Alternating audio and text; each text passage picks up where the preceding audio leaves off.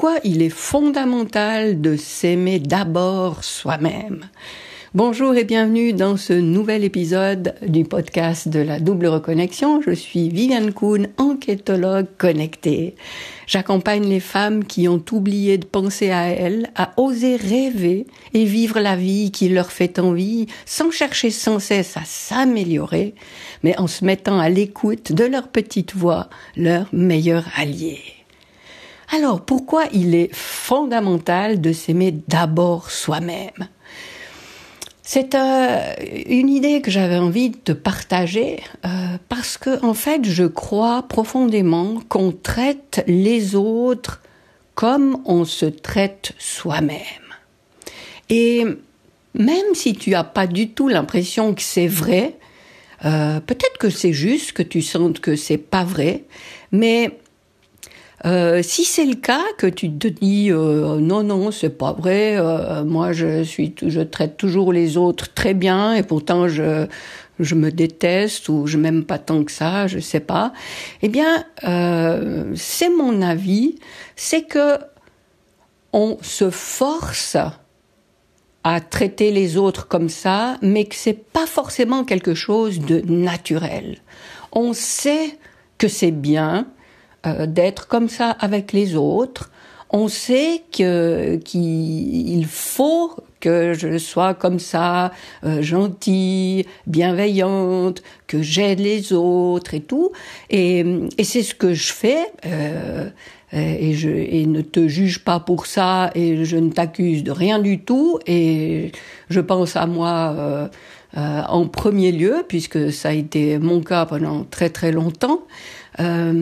Oui, on se sent obligé de ça vis-à-vis des autres, et donc on se permet d'être comme ça vis-à-vis des autres, même si vis-à-vis de soi, on n'a pas du tout cette gentillesse, cette bienveillance, cette compassion, et qu'au contraire, soi-même, on se juge, on se déteste, on se trouve plein de défauts, on se dit qu'on n'est pas assez ceci, pas assez cela, qu'on est trop comme ça, trop comme ci. Enfin, chez nous, il n'y a rien qui va. Et puis, chez les autres, eh bien, on trouve qu'ils méritent notre attention, notre bienveillance, etc. Alors, je vais dire attention dans ce cas, parce que cet effort qu'on fait vis-à-vis des autres, déjà c'est un effort effectivement.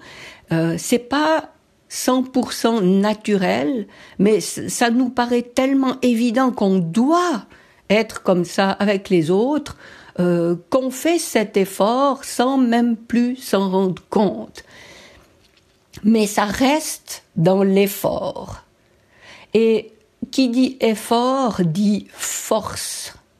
Et je vais te montrer une image pour illustrer ce que je veux dire par là.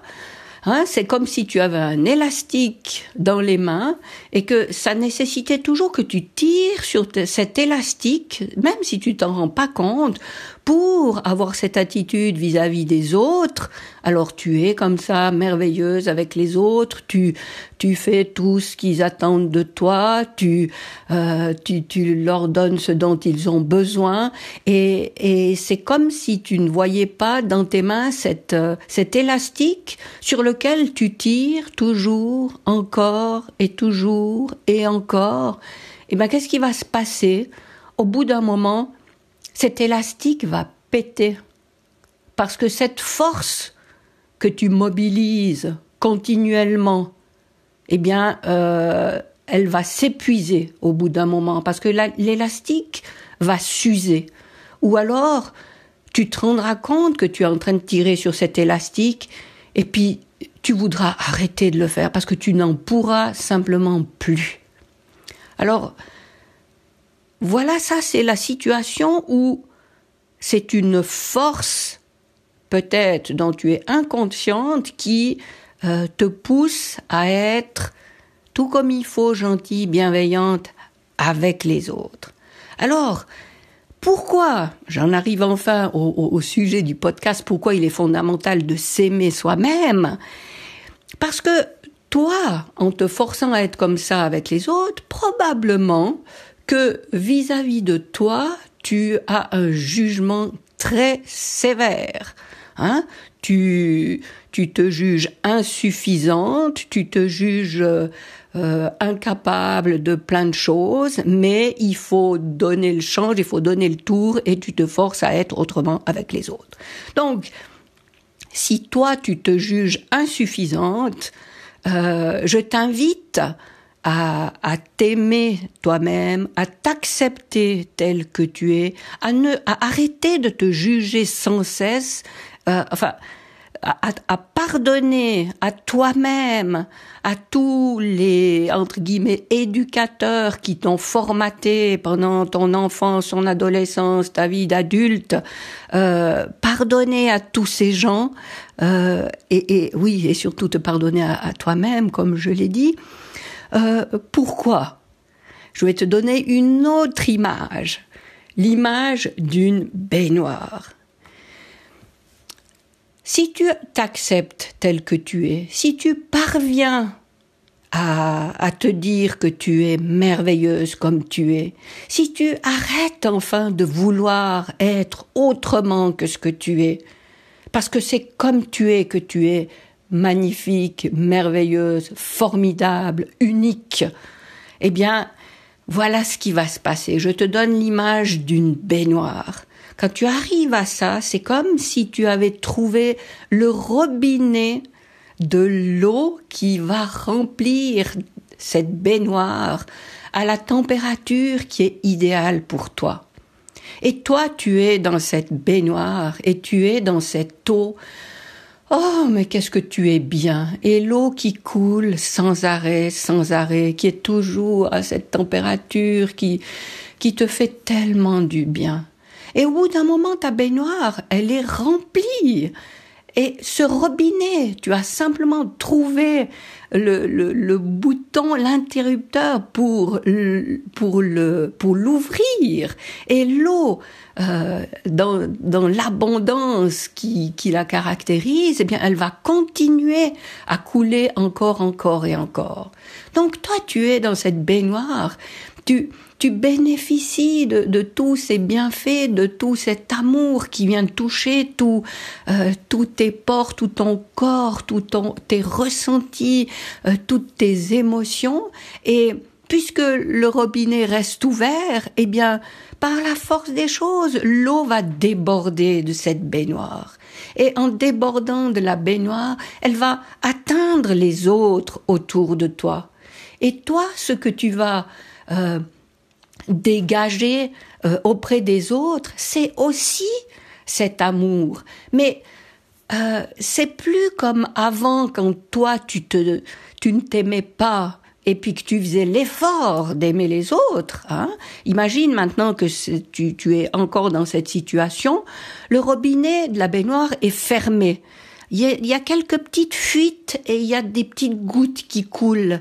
Mais chaque goutte qui coule d'amour, de bienveillance, eh bien, tu les prends et puis tu vas les donner aux autres. Et tout ce qui sort de petites gouttes d'amour, tu vas les donner aux autres pour te donner bonne conscience ou parce que tu crois que c'est ça qu'il faut faire. Mais à partir du moment où tu as réussi à ouvrir le robinet, mais tu peux en donner tellement plus autour de toi.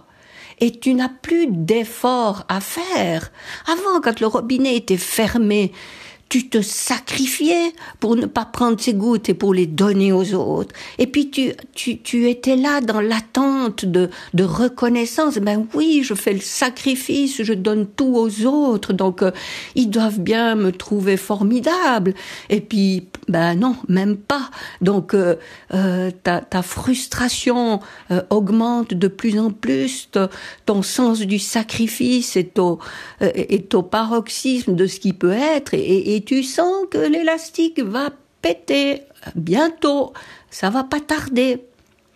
Donc, en entamant un processus de pardon vis-à-vis de toi, d'amour, d'acceptation de toi, tu te relaxes dans ta baignoire, tu laisses couler ce robinet et tout ce qui déborde, eh bien, tu le donnes naturellement aux autres parce que tu peux plus donner autre chose, parce que tu n'as que ça en toi. Et tu distribues ça, tu rayonnes ça, tu diffuses naturellement tout ça autour de toi et tout le monde en bénéficie et tout le monde sent l'authenticité, la sincérité de ce que tu leur apportes. Et il n'y a plus d'attente en retour. Oui, j'ai fait ça. Puis ils sont même pas reconnaissants. Ils me disent même pas merci. Non, puisque tu es là dans cette énergie et en plus tu les comprends.